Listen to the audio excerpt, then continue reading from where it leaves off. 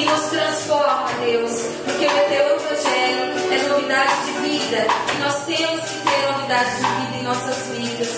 Então que o Senhor nos transforme nessa noite naquilo que precisamos e o teu Espírito Santo trabalhe em nossas vidas. Em nome de Jesus, amém. Aplauda o Senhor. Agradeço a Ele.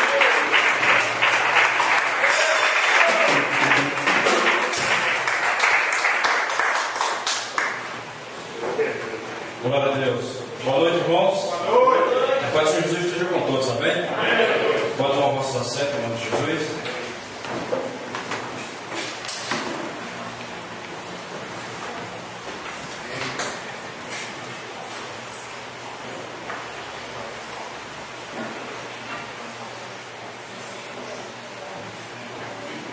Glória a Deus. Deus possa falar conosco essa noite, que já tem falado através dos louvores, mas que possa nos dar graça e falar o que é a sua palavra, não é? Pega as nossas Bíblias, comigo no livro de João.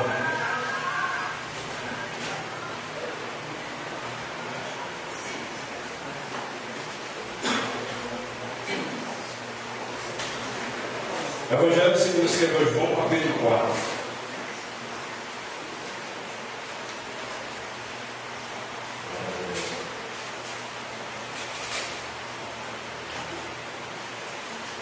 O tema dessa mensagem é Jesus, o Filho do Homem. Amém? Jesus, o Filho do Homem. Glória a Deus. Capítulo 4, versículo 1. Minha Bíblia é a versão NVI. Está escrito assim: Jesus conversa com a samaritana. Amém? Podemos ver o capítulo 1 diante. Os fariseus ouviram falar que Jesus estava fazendo e batizando mais discípulos do que João, embora não fosse Jesus que batizasse, mas os seus discípulos. Quando o Senhor ficou sabendo disso, saiu da Judéia e voltou uma vez mais a Galiléia. Era necessário passar por Samaria. Assim chegou a uma cidade chamada Samaria, chamada Sicar, perto das terras de Jacó, terra a seu filho, terra que dera a seu filho José. Havia ali um poço de Jacó. Jesus, cansado da viagem, sentou-se à beira do poço. Isto deu por volta do meio-dia. Nisso veio uma mulher samaritana tirar água. Disse-lhe Jesus: dá-me um pouco de água. Os seus discípulos tinham ido à cidade comprar comida. A mulher samaritana lhe perguntou: como o Senhor, sendo judeu, pede a mim, uma samaritana, água para beber? Pois os judeus não se dão bem com os samaritanos. Jesus respondeu: se você conhecesse o dom de Deus, e quem está falando e quem está pedindo água, você teria pedido ele e ele te teria dado outra água viva. Disse a mulher: Senhor, não tem com que tirar água, e o poço é fundo. Onde pode conseguir essa água viva? Acaso o Senhor é maior do que o nosso pai Jacó, que nos deu o poço, do qual ele mesmo bebeu bem com seus filhos e seu gado? Jesus respondeu: quem bebe desta água terá sede outra vez, mas a quem bebe da água que eu lhes der, nunca mais terá sede. Ao contrário, a água que eu lhes der se tornará nele uma fonte de água a jorrar para a vida eterna. A mulher lhe disse: Senhor, dá-me dessa água, para que eu não tenha mais sede, nem precise voltar aqui para tirar água. Ele lhe disse: vá chamar o seu marido e volte. Não tenho marido, respondeu ela. Disse-lhe Jesus: você falou corretamente. Outra versão está a verdade. Corretamente.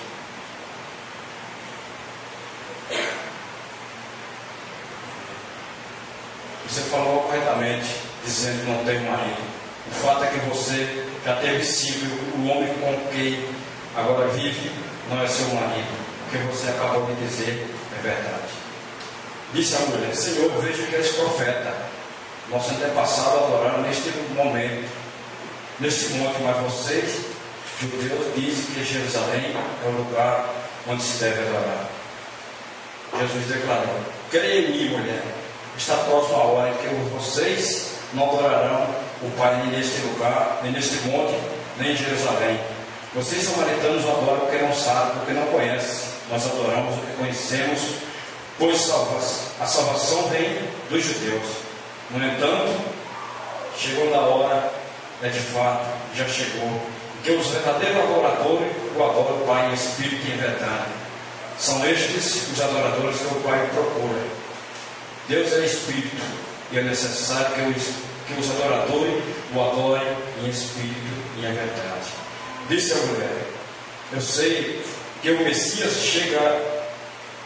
chamado de Cristo está para vir. Quando ele vier, explica tudo para nós. Então Jesus declarou: eu sou o Messias que estou falando com você. Amém? Vamos ler até aqui. É até o capítulo 42, mas se estender muito. Vamos ficar apenas no versículo 22. Amém? Glória a Deus. Vamos orar? Com nossas cabeças.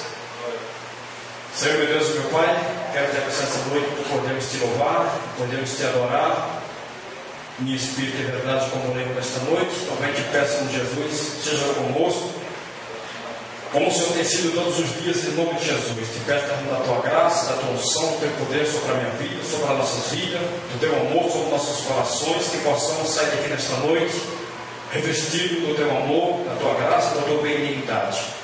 Te peço, Pai, fica conosco do principal tema deste culto, nos dá graça, nos dá alegria, nos dá prazer de estar em tua casa, em nome de Jesus. Pai, toma teu lugar de honra e dá-me entendimento, dá-me prudência para falar nesta noite a tua palavra tão maravilhosa, que possamos a cada dia se apaixonarmos por ti, em nome de Jesus, Pai, que tudo venha ser feito para a glória do teu santo nome. É que eu te peço, te agradeço, em nome de Jesus. Amém. E graças a Deus, Pai.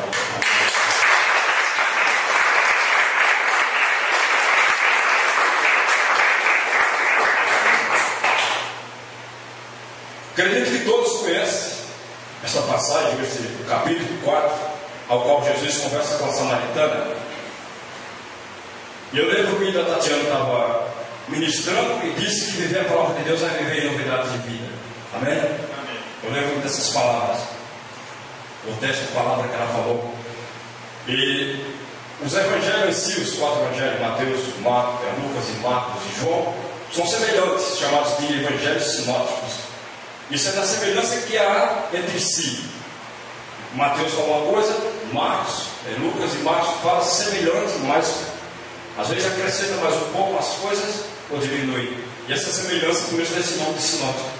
E o evangelho de João também inclui esses evangelhos. Mas ao nos depararmos com o evangelho de João, logo notamos que há uma certa diferença no evangelho de João. Temos diferenças. Jesus no evangelho de João não vai falar por parábola. Jesus não vai falar discursos éticos.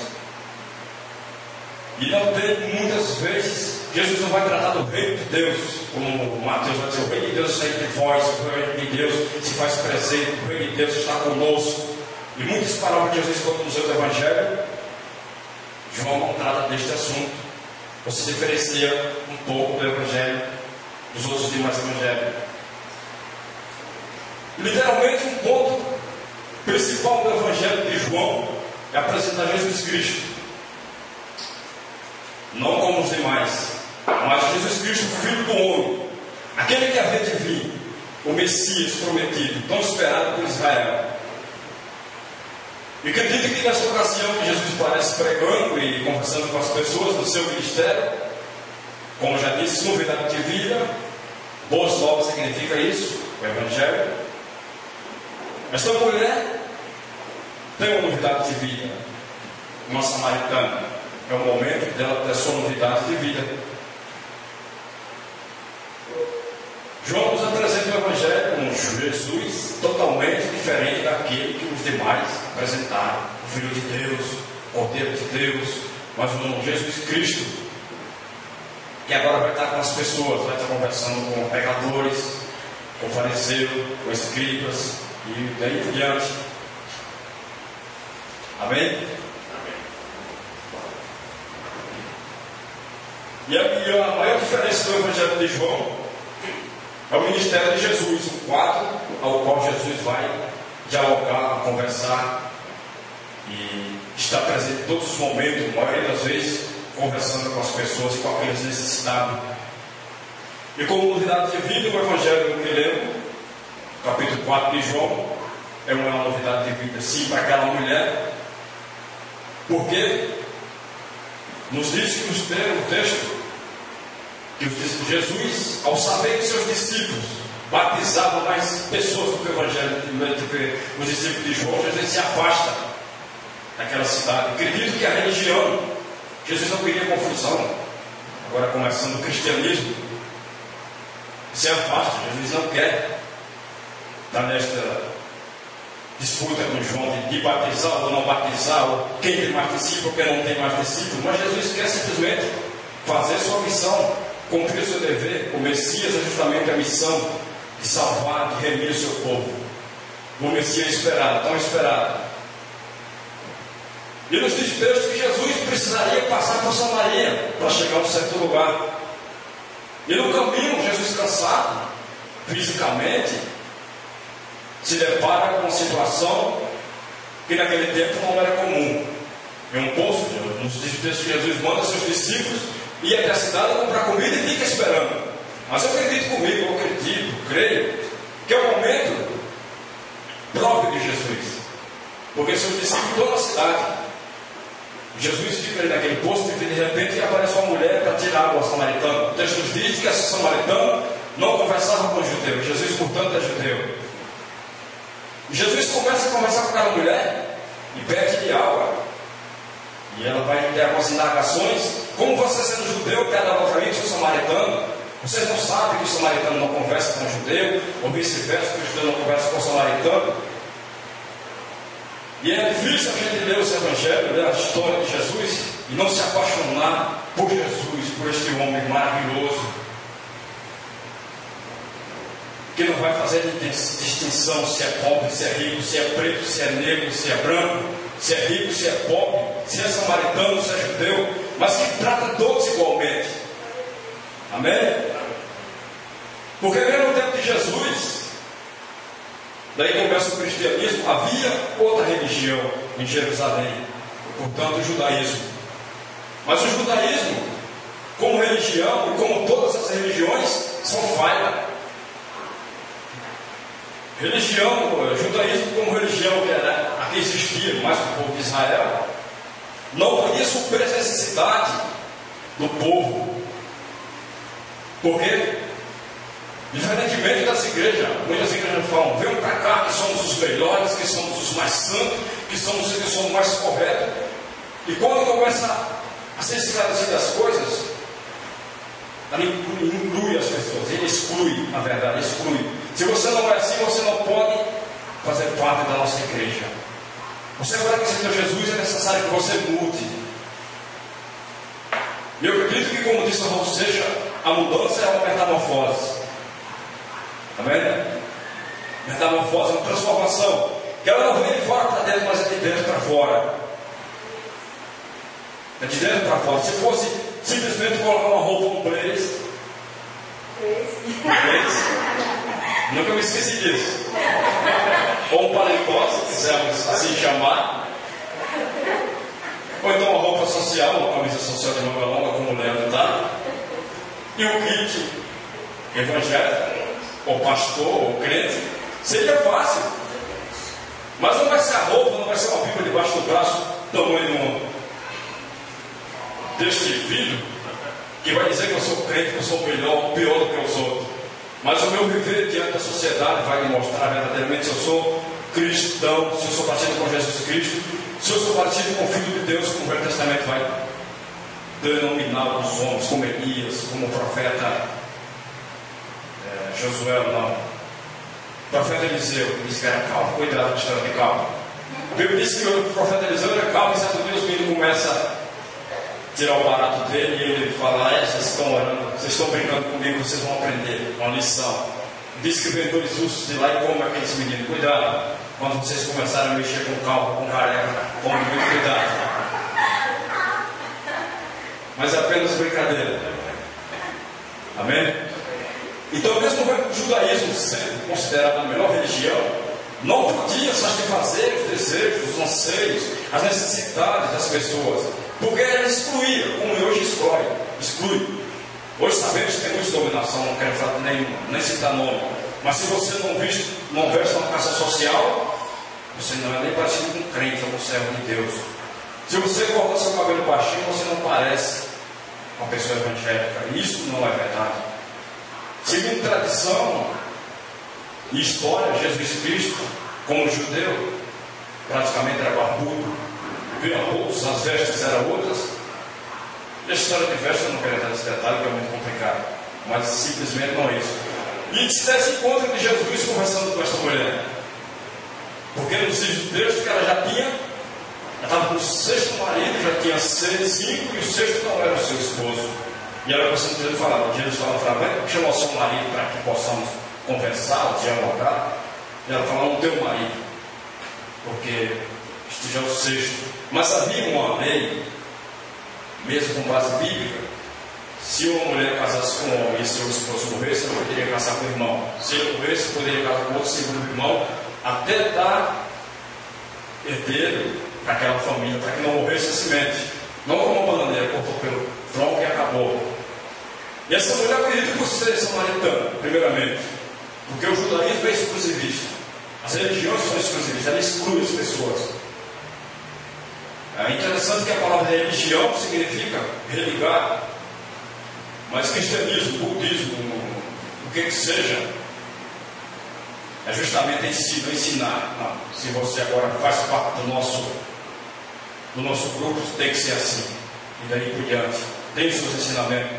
Jesus conversa com essa mulher, eu acredito que os discípulos não estavam, tinham saído, como o texto nos diz. E quando Jesus volta, quando os discípulos voltam, Jesus está passando com essa mulher. E eu acredito que todos ficam admirados. Como é que pode o nosso mestre agora estar conversando com uma mulher? Ou seja, se estivesse ali pessoalmente, eu acho que ele jamais aceitaria. E o cristianismo tem contribuído muito para a história da humanidade, da sociedade em si. Se hoje temos no Congresso uma mulher como presidente, é porque isso não vem de hoje, isso vem bem de antes. As mulheres vão começar a voltar, por exemplo, acho que em 1946 vai ter a lei que as mulheres agora podem voltar. As mulheres agora começam a ter mais acesso a muitas coisas da sociedade, começam agora a poder trabalhar e ver que ser só dona de casa, ser escravo do lado. Claro que não é escravidão, mas que passam agora a ser valorizadas. A história do Velho Testamento, quando começamos a ler, não vai ter mulher praticamente no cenário do Velho Testamento. Parece que meio exclusivista, meio machista. E muitas vezes se fala, mas como é que pode? Vai ter alguma história de uma mulher, de um rei, ou de 2 reis, na verdade? E se cada essa história, vai ter a história de Ana, vai ter a história de Débora, algumas mulheres só. Mas Jesus acredita que dá dignidade para essa mulher. Não, mesmo você teve 5 maridos, 6 maridos, não importa quantos maridos você já teve. Mas o importante é que você tenha a dignidade de viver na sociedade. Que você tenha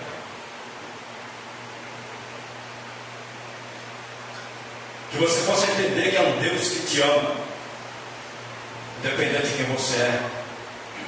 A Bíblia nos diz que Jesus é o Cristo, é o Cordeiro da paz.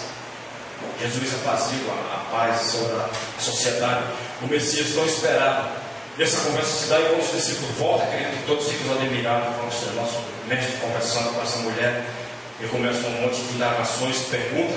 Jesus fala de uma água e ela não consegue entender. Jesus está falando espiritualmente e ela entende materialmente o que é normal, a água de beber. E ela fala, como que pode o Senhor pedir água para mim e depois dizer que me dá uma água? Eu quero esta água para beber. Jesus vai aí, vai chamar teu marido e volta que eu te darei. Amém? João, disciplinado por Jesus, vai narrar essa história. Hoje, foi o dia da eleição, e muitas mulheres que estão aqui puderam votar. E isso, antigamente, mais há uns anos atrás, não era possível porque a mulher não tinha direito de ficar calada. Tinha apenas o direito de ser dona de casa, cuidar dos seus filhos e dos afazeres. Era, na verdade, um piloto de fogão. mas graças a Deus as mulheres hoje, e ao cristianismo, e a Jesus também, justamente começamos a ver a história do cristianismo, as mulheres têm alcançado poder trabalhar em firmas, poder ser boas donas de casa, claro, mas ter exercido papéis importantes na sociedade, graças ao nosso bom Jesus. Amém?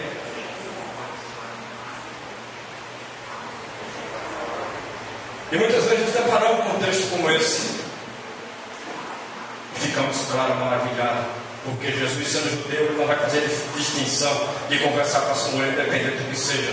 A salvação veio do judeu, como o texto nos diz, mas Jesus veio para salvar todos, toda a humanidade.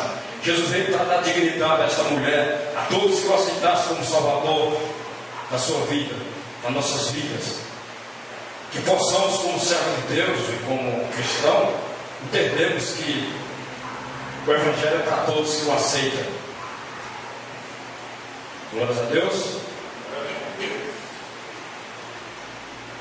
E o texto vai nos dizer que Jesus disse: se eu te der da água que tenho para beber, dentro de si se faz uma fonte de água que pode para a vida eterna. Que possamos ter o desejo, ter a vontade de tomar desta água que nos vai levar para a vida eterna, que vai nos dar a possibilidade de um dia estar diante do Pai, que possamos entender. Porque mesmo o judaísmo, como eu já falei, sendo essa religião, havia uma ansiedade nas pessoas de um Deus, de um libertador, de um Messias prometido, que o judaísmo não podia. E em Cristo Jesus surge a possibilidade de tudo ser esclarecido, tudo ser resolvido. E se começa a conversar com essa mulher. Jesus quebra esse paradigma. Não, agora a salvação é para todos. Porque, claro que não é culpa do judaísmo, mas para o judeu, Deus era simplesmente do judeu e acabou e fim de papo. Jesus veio como Messias prometido e quebra esse enigma, esse paradigma. E agora estabelece: todos podem ser filhos de Deus, todos podem ser salvos em Cristo Jesus, todos podem ser curados, todos podem ser libertos, e todos podem ter uma transformação, ser transformados pelo poder de Deus. Amém? Que ao conversarmos com outras pessoas que não façam parte do cristianismo, possamos entender que Deus é Deus para todos, que o aceita. Deus não faz distinção, como eu já falei, de uns e outros não. Senão não seria Deus, seria um Deus injusto.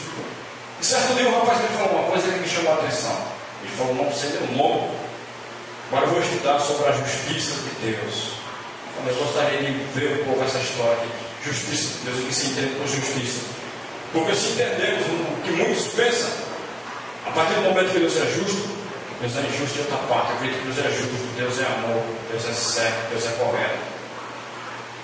E uma da história de João, que João vai narrar esses textos, é que Jesus é o Filho do homem, aquele que deixa a sua glória, a sua majestade, a sua plenitude, a sua onisciência, a sua onipresença, a sua onipotência, e desce e habita com os homens, para saber, para conhecer pessoalmente as dificuldades de cada um, como foi falado, para saber as indagações das pessoas, os momentos de fraqueza, como foi ministrado ontem, foi falado. Jesus conhece pessoalmente, contato com as pessoas, não de ouvir falar que alguém está sofrendo um problema, mas de sentir na pele. Jesus não está preocupado de ter mais discípulos do que João, de batizar mais discípulos. Jesus está, acredito que, preocupado em redimir as pessoas, em dar os direitos a cada um de ser chamados filhos de Deus, de serem salvos pelo poder de Jesus Cristo, de dar uma nova oportunidade de vida para aqueles que já não havia mais esperança. Jesus é a esperança para todos. Para muitos que já eram excluídos da sociedade, Jesus os chama. Certo dia Jesus está passando e o cego começa a gritar: Jesus, filho de Davi, tem misericórdia de mim. E Jesus disse: manda aquele cicado, ou seja, não chama ele aqui. Jesus fala: não, Senhor, é o contrário, chama ele aqui para que eu possa curar, para que eles possam ver, para que ele possa enxergar, para que a sociedade possa entender que é um Deus que o ama, é um Deus que se importa com a necessidade, com a dificuldade das pessoas. Chame ele. E a Bíblia nos diz que os discípulos vão chamar aquele cego, e Jesus o cura. Ele fica agradecido. Eu acredito que é o Messias prometido pela sociedade que havia de redimir o seu povo, de salvar e de libertar. Amém?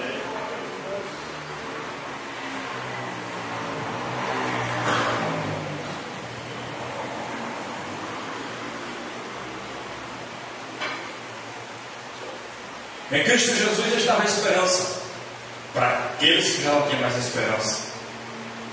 Em Cristo Jesus encontramos os respaldos para nossos filhos, para nossas ansiedades, muitas vezes para nossas angústias. Podemos entender que Jesus Cristo, como homem, sofreu e padeceu, como os textos vai nos dizer, teve um momento de estar cansado, estar limitado, estar com sede. Por isso que Jesus é um marco do cristianismo. É um ponto, a pedra que vai chamar pedra angular, o apóstolo Pedro, no que deveria ser seguido. Jesus, certo dia, o apóstolo João Batista, manda perguntar se Jesus é o Messias tão esperado. Jesus manda dizer para João: diga a João simplesmente que os cegos vê, que os surdos ouvem, que os leprosos são curados. Jesus não está preocupado dizer: eu sou o Messias, eu sou o Messias que havia de esperar, mas simplesmente diga isso a João. Simplesmente, eu não quero ser o maior, porque eu sei quem eu sou. Acredito que mais ou menos essa era a ideia. Que possamos entender que em Cristo Jesus nós podemos nos tornarmos pessoas melhores. Acredito que já somos. Melhor do que eu quero, eu acho que eu já sou. Nós podemos melhorar mais. Amém? Amém. Porque ser cristão dentro da igreja é fácil. É muito fácil ser cristão dentro da igreja do que chamamos de igreja, esses quatro de parede. Mas ser cristão fora da igreja muitas vezes é difícil. Que possamos ser cristão dentro da igreja e fora da igreja, em nossos lares, na escola onde estudamos, no trabalho onde trabalhamos, em todos os lugares que as pessoas possam olhar para a gente, independente de nos conhecer ou não conhecer, dizer verdadeiramente: este é um servo de Deus, este é um filho de Deus, este foi lavado e remido no sangue do Cordeiro, esse teve um encontro com Cristo. Amém? Que nós possamos a cada dia, que nossos olhos venham se abertos espiritualmente, entendermos que Deus tem o melhor para nossas vidas, que não devemos estar discutindo se somos os melhores, se somos os piores, se o cristianismo é a melhor religião. Não, Jesus Cristo é o melhor. Jesus Cristo é o cara. Jesus Cristo é o caminho, a verdade e a vida, como diz o Evangelho de João, capítulo 14. Se é o caminho a ser seguido, Jesus Cristo é o caminho. Se é uma verdade, não é o que eu estou falando, ou o que eu digo, ou onde está. Mas Jesus Cristo é a verdade. Jesus Cristo é a vida. Jesus Cristo é o convívio que desceu do céu. Jesus Cristo é o Cordeiro de Deus, que tira o pecado do mundo, como disse João Batista. Então Jesus Cristo é o Senhor, Jesus Cristo é o cara. Jesus Cristo deve todo o mérito de ser Senhor das nossas vidas. Que nós possamos entender que Jesus Cristo ama a todos, que Jesus Cristo nos ama, independente do que fazemos, do que fazemos. Que possamos fazer, porque somos falhos, somos seres humanos. Jesus Cristo é amor, Jesus Cristo é dignidade, Jesus Cristo é paz em meio a uma angústia. Jesus Cristo é salvação, Jesus Cristo é libertação. Que possamos viver um cristianismo genuíno, não se achando que somos melhores do que os outros, porque fazemos parte do cristianismo, mas que temos um exemplo a ser seguido, que é Jesus Cristo, nosso Senhor e Salvador. Amém?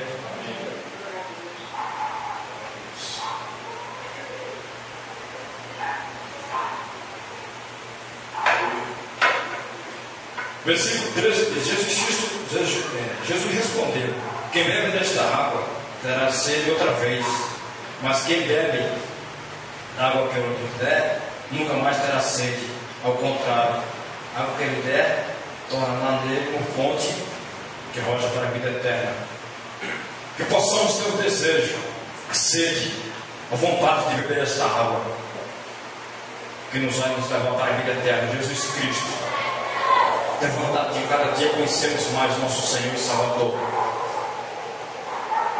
Muitas vezes conhecemos Jesus só por ouvir falar, mas que a nossa leitura bíblica muitas vezes é muito pouca. Ao começarmos no cristianismo, ficamos perguntando: onde eu posso saber mais sobre Jesus? Se formos para o Velho Testamento é difícil. Aí alguns vão dizer: não, vamos para os evangelhos, que são mais fáceis, que vai falar da vida de Jesus. Que nós possamos entender e ter vontade de conhecer a cada dia mais o nosso Senhor. E com certeza, se seguirmos os passos de Jesus, seremos pessoas melhores, seremos pessoas mais compreensivas, mais amorosas e mais respeitadoras, com certeza. Acredito que já respeitamos as pessoas uns aos outros, mas podemos nos tornar pessoas ainda melhores em nome de Jesus. E esta mulher, acredito que concede o marido, os seis homens já tinham vivido, era excluso da sociedade. Porque, ou seja, primeiro é samaritana.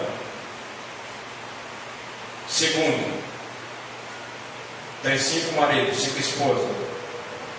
Já é excluso da sociedade. Jesus vai dar a possibilidade, a oportunidade dela ser agora incluída novamente na sociedade. Jesus Cristo não condena, mas fala: vai, chama teu marido e vem, para que possamos conversar.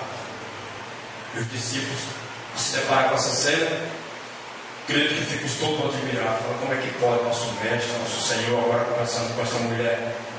Não era certo, não era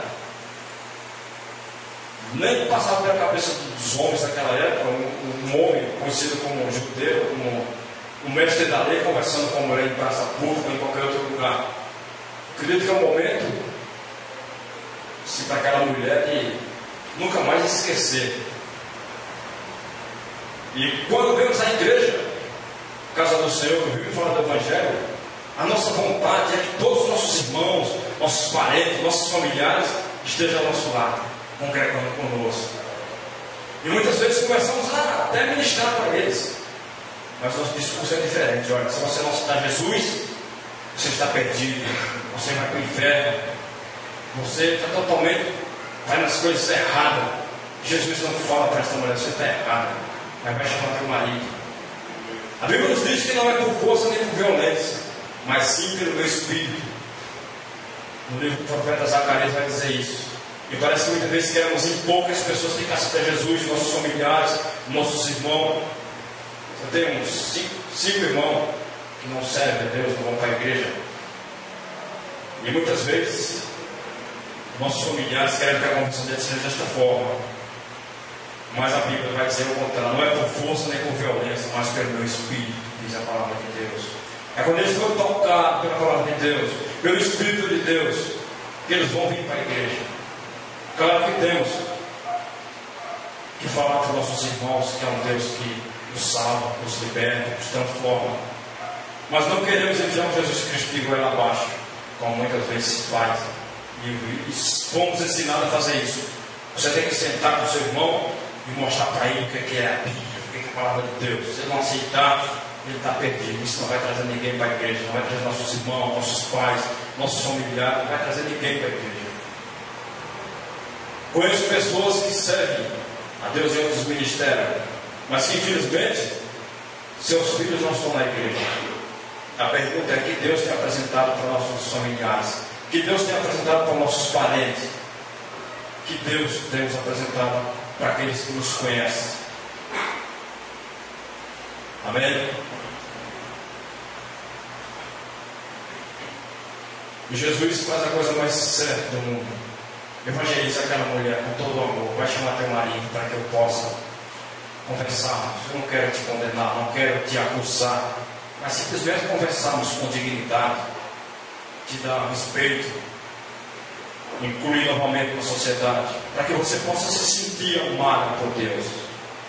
Quando as pessoas se sentirem amadas por Deus, amadas por Jesus Cristo, elas vão servir a Deus sem ser por por imposição, tem que ser assim, você tem que cumprir todos os dias. Não. Quando você se sentir amada verdadeiramente, elas vão. Porque Deus não vai querer ninguém que o ame, que venha para a igreja, simplesmente porque a igreja tem que ser desta forma, mas porque elas precisam ser amadas e precisam, acima de tudo, amar a Deus. E a Bíblia nos diz que os verdadeiros, Deus procura os verdadeiros adoradores, que os adorem em espírito e em verdade. E é interessante esse texto. Certo dia foi uma vigília, tem um chamado profeta, que tem o seu momento de ministrar. Estava eu, o Santana, o pastor Alex, uma vigília, e estavam todos orando, tudo conversando, todos adorando a Deus. E tinha uns rapazes que estavam não sei de outro ministério, sentados em um lugar, estavam praticamente cochilando, era tarde da noite, madrugada, dormindo. E começou aquela conversa, e eu falando, citando o profeta de Deus agora vai falar. E de repente falou, agora vamos receber o profeta de Deus, fulano de tal. Acho que o profeta estava dormindo. De repente vem esse rapaz de lá, e começa a falar, e começa a rodopiar, e começa a dizer que estava adorando a Deus, que isso, que aquilo, que Deus manda dizer isso. Eu falei, é complicado, certos profetas, certos adoradores, que só adora a Deus, ou que só fala, só pronuncia a palavra de Deus quando é para ministrar as pessoas. A pergunta é, cadê os verdadeiros adoradores que o adoram em espírito e verdade? E acabou aquela conversa toda, e saímos daquela ministração, daquela vigília, e eu comecei a pensar, como que pode a pessoa diz que é um profeta, que é um homem de Deus, e vai para a vigília, e no momento que procura, o cara está dormindo. Eu acho que isso está muito por fora do que é ser um verdadeiro adorador. Adorar a Deus em espírito e verdade. Acredito que é nas dificuldades, nas lutas, nas aprovações, não afastar dos caminhos do Senhor. Eu acredito que eu adoro a verdadeira adoração. E adorar a Deus em espírito e verdade. Aí sim, não é como canta o Lázaro, vou passando pela prova, dando glória a Deus. É ruim você passar pela prova dando a Deus, dando glória a Deus. É muito difícil. É muito fácil cantar quando eu estou com o bolso cheio de dinheiro, com a conta bancária recheada, fazer um louvor dizendo, vou passando pela prova dando glória a Deus. Mas quando na verdade a realidade não é essa, é diferente. Quando você perde um ente querido, quando você se encontra doente, eu quero ver verdadeiramente se temos no sangue, nas veias, o sangue do adorador que vai passando pela prova dando glória a Deus. Mas é importante sabermos que, independente da luta, das aprovações, da dificuldade, há um Deus maior do que tudo isso. Há um Deus criador do céu e da terra, que pode fazer nova todas as coisas. Que Deus possa nos dar graça, que Deus possa nos dar alegria de servirmos a Deus. E não servimos a Deus por aquilo que Ele pode nos dar, mas por aquilo que Ele é. Por aquilo que Ele é. Sim, devemos servir a Deus. Certo dia, diz a Bíblia, que havia um homem, por nome de Jó, e perde tudo, mas ele não se afasta dos caminhos do Senhor. Ele não amaldiçoa seu Deus e morre, como diz o texto. A mulher fala, amaldiçoa-se Deus e morre. Não, Deus deu, Deus tirou, vou continuar amando meu Deus. Eu sei que meu Redentor vive. Não preciso agora me afastar de Deus, eu não quero mais nada com Deus, porque eu perdi tudo. Ou seja, não eu venho e não voltarei. Essa é a verdade. Se hoje temos um carro, se temos casa, se temos esposa, Deus nos deu, acredito, quero acreditar isso. Glórias a Deus. Versículo 22 diz assim, vocês samaritanos adoram o que não conhecem, nós adoramos o que conhecemos, pois a salvação vem dos judeus. No entanto, está chegada a hora, de fato já chegou, porque os verdadeiros adoradores o adoram o Pai em espírito e verdade. Que possamos entender, na verdade, o que é adoração a Deus. Adorar a Deus com a carteira recheada é fácil, mas adorar a Deus na luta, nas aprovações, nas dificuldades, sim, devemos ser nosso dever. Devemos entender isso.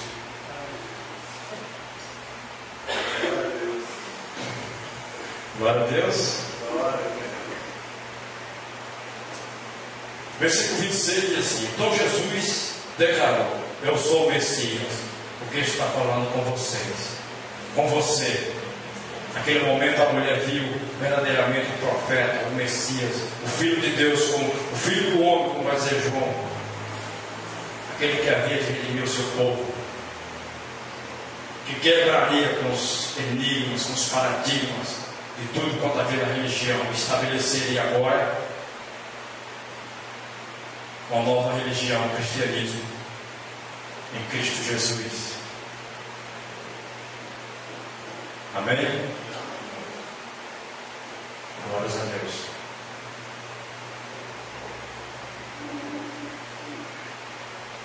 Que nós possamos a cada dia entendermos que Deus ama o samaritano, o judeu, o fariseu, quem quer que seja, que possamos também amar as pessoas, amar uns aos outros como Deus nos amou. Ele vai nos dizer isso. Jesus Cristo não está preocupado com igreja cheia ou com igreja vazia, mas que haja verdadeiramente adoradores, que o adorem em espírito e verdade, que o sirvam com toda sinceridade, que se devemos servir a Deus, não por interesse, mas de espontânea vontade. Devemos vir para a igreja com prazer, com alegria, que servimos a Deus, de louvamos, como louvamos hoje, com todo o nosso coração, com todo o nosso entendimento.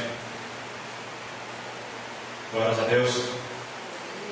Em meio ao judaísmo, não podia satisfazer os desejos das pessoas, mas no cristianismo há uma possibilidade da crença progressiva em um Deus único, Salvador, Jesus Cristo.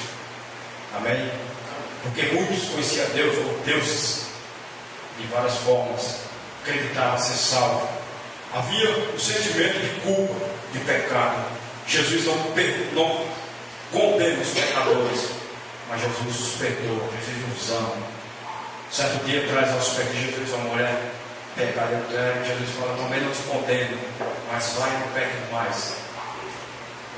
Em consequência de um anseio, de um desejo de um Deus que o perdoasse, que o libertasse, e por fim um grande interesse pela questão da vida após a morte. Porque isso é muito complicado, essa história de questão, se há ou se não há vida após a morte. Em Cristo Jesus vai ter essa nova esperança, essa nova oportunidade de ouvirmos falar, de entendermos que é uma vida após a morte, que é uma vida após a morte, não de qualquer forma, mas ao lado de Deus, que possamos, se um dia, claro que vamos morrer, se Jesus não voltar antes, ressuscitarmos e estar ao lado de Deus. Amém? Glórias a Deus. Para finalizar, eu quero ler o capítulo de João mesmo, quando abrindo no livro de João, capítulo 7. Capítulo 7 do Evangelho de João. Glórias a Deus. Versículo 37. Capítulo 7 de João, versículo 37, para finalizarmos. No último e mais importante dia da festa, Jesus levantou-se e disse, em alta voz: se alguém tem sede, venha a mim e beba. Amém? No último dia, o mais importante da festa, Jesus levantou-se e disse, em alta voz: se alguém tem sede, venha a mim e beba. Quem crê em mim, como diz as Escrituras, do seu interior fluirão rios de água viva. Amém? Que possamos ter a sede de bebermos dessa água que vai nos levar para a vida eterna, ao lado de Deus, ao lado do nosso Pai e Senhor das nossas vidas. Que Deus possa abençoar a todos, abençoe a todos em nome de Jesus. E se coloque de pé e aplauda ao Senhor.